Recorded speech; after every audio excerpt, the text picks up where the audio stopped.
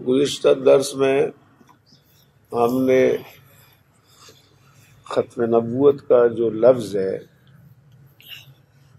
اس کا معنی بتایا تھا مختلف لغات سے۔ عربی زبان میں جو لغات ہے، قاموس جس کو انگریزی میں ڈکشنری کہا جاتا ہے، قاموس، لسان العرب، اسی طرح تاج العروس، اسی طرح المحکم لابن سید، اور اسی طرح مفردات القرآن، ان تمام کتابوں میں جو لغت کی ہے، خاتم کا معنی آخری، تو خاتم النبیین نبیوں کا آخری نبی، نبیوں کا اختتام کرنے والا، یہ ہم نے بتایا تھا۔ آج کے درس میں یہ بتائیں گے کہ کلام مقدس کے جو 210 احادیث مبارکہ ہے اور قرآن پاک کے 100 آیات ہیں، جن میں جناب رسول اللہ صلی اللہ علیہ وسلم کی ختم نبوت کو بیان کیا گیا ہے کہ آپ اللہ کے آخری نبی ہے اور آپ کے بعد کوئی نبی نہیں آئیں گے۔ چنانچہ ہم اب 3 آیات اور 3 احادیث کو نقل کریں گے جن میں آپ صلی اللہ علیہ وسلم کی ختم نبوت کا ذکر ہے۔ چنانچہ سب سے پہلی آیت وہ ہے سورہ احزاب کی آیت نمبر 40 ہے۔ اس آیت کے اندر اللہ تعالیٰ نے ارشاد فرمایا، وہ پیچھے ہم نے بتایا تھا کہ ما کان محمد ابا احد من رجالکم ولکن رسول اللہ وخاتم النبیین، یہ سورہ احزاب کی آیت نمبر 40 تھی اور اس کی تفصیل گزر چکی ہے۔ اب سورہ توبہ کی 33 نمبر آیت، اس میں اللہ تعالیٰ ارشاد فرماتے ہیں هو الذی ارسل رسولہ بالہدی ودین الحق لیظہرہ علی الدین کلہ، یہ صافات کی بھی آیت نمبر 9 ہے، 2 جگہ قرآن میں ہے۔ هو الذی، اللہ وہی ہے، ارسل رسولہ، جس نے اپنے رسول کو بھیجا، بالہدی، ہدایت کے ساتھ، ودین الحق، اور دین حق کے ساتھ، لیظہرہ علی الدین کلہ، تاکہ یہ نبی اس دین حق کو تمام ادیان پر بالادست کرے، غالب کرے۔ تو جب آپ صلی اللہ علیہ وسلم تمام ادیان پر، دینوں پر اپنے دین کو غالب کریں گے تو آخری دین ہے نا، کامل۔ اس لیے قرآن نے کہا الیوم اکملت لکم دینکم واتممت علیکم نعمتی وردیت لکم الاسلام دینا، کہ آج کے دن میں تمہارے لیے میں نے تمہارا دین مکمل کیا، اور اتممت علیکم نعمتی، میں نے اپنا نعمت تم پہ تام کی، یعنی امت محمدیہ کو براہ راست خطاب ہے کہ میں نے تمہارے لیے تمہارے دین کو مکمل کیا۔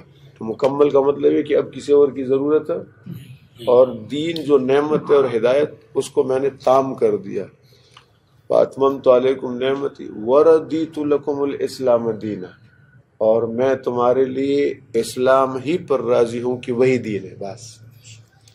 اور اسی طرح قرآن میں ایک اور جگہ اللہ تعالیٰ نے ارشاد فرمایا ان الدین عند اللہ الاسلام، ادیان تو بہت سارے ہیں لیکن اللہ کے ہاں جو مقبول ہے وہ صرف دین اسلام ہے۔ تو یہ اس آیت میں آپ صلی اللہ علیہ وسلم کو فرمایا کہ ہم نے تو آپ کو بھیجا اس لیے ہے کہ دین اسلام کو تمام ادیان پر غالب کرے۔ غلب اور بلند کرنے کی یہ صورت ہے کہ حضور پاک صلی اللہ علیہ وسلم کی ختم نبوت اور وحی پر مستقل ایمان لایا جائے، اور اس پر عمل کرنے کو فرض کیا جائے، اور تمام انبیاء علیہ السلام کی نبوتوں اور وحیوں پر ایمان لانے کو اس کے تابع کر دے۔ اور یہ جب ہی ہو سکتا ہے کہ آپ صلی اللہ علیہ وسلم کی بعثت سب انبیاء کرام سے آخر میں ہو، اور آپ کی نبوت پر ایمان لانا سب نبیوں پر ایمان لانے کو مشتمل ہو۔ بالفرض اگر آپ صلی اللہ علیہ وسلم کے بعد کوئی نبی باعتبار نبوت مبعوث ہو تو اس کی نبوت پر اور اس کی وحی پر ایمان لانا فرض ہوگا، جو دین کا اعلیٰ رکن ہوگا، تو اس صورت میں تو تمام ادیان پر پھر غلبہ مقصود نہیں ہوا۔ حضور پاک صلی اللہ علیہ وسلم کی نبوت پر ایمان لانا، آپ صلی اللہ علیہ وسلم کی وحی پر ایمان لینا، یہ مغلوب ہوگا پھر۔ اس لیے غلبہ اس صورت میں ہے کہ آپ کے بعد کراس، کوئی نبی نہیں، کوئی کتاب نہیں، کوئی دین نہیں۔ پھر یہ قادیانی اعتراض کرتے کہ مسیح علیہ السلام، عیسیٰ علیہ السلام کو تم مانتے ہو آئیں گے؟ بالکل آئیں گے، لیکن عیسیٰ علیہ السلام کلمہ اپنا نہیں پڑھیں گے، جناب رسول اللہ کا کلمہ پڑھیں گے، لا الہ الا اللہ محمد رسول اللہ کا کلمہ۔ عیسیٰ علیہ السلام اذان میرے نبی کی اذان دیں گے، نمازیں 5 پڑھائیں گے۔ عیسیٰ علیہ السلام کی بھی کتاب تھی نا، اس کا کیا نام تھا؟ انجیل۔ عیسیٰ علیہ السلام انجیل کا درس نہیں دیں گے، وہ قرآن کا درس دیں گے۔ یہ ہے غلبہ۔ اب بات سمجھ گئے؟ وہ نئی نبوت کے ساتھ نہیں آئیں گے، تابع بن کر، میرے نبی کے تابع بن کر تشریف لائیں گے۔ ٹھیک ہے، کوئی حرج نہیں ہے۔ اس لیے آپ صلی اللہ علیہ وسلم کی وحی پر ایمان رکھنا، اسی آپ کی نبوت کو تام سمجھنا، یہ تب ہوگا کہ جب آدمی مکمل اس کو سمجھے۔ نجات کا ذریعہ یہی ہے۔ عیسائیت کوئی نہیں، یہودیت کوئی نہیں، تورات کوئی نہیں، انجیل نہیں، زبور نہیں، ختم۔ بس تلاوت صرف قرآن کی کریں گے۔ تو یہ آج کے درس میں ہم نے آپ کو بتا دیا ہے۔ یہ ہمارا درس ہوتا ہے جمعے کو اور پیر کے دن، ہفتے میں کتنے دن؟ اور اتنی دیر کا جتنی دیر آپ بیٹھ گئے، ٹھیک ہے نا؟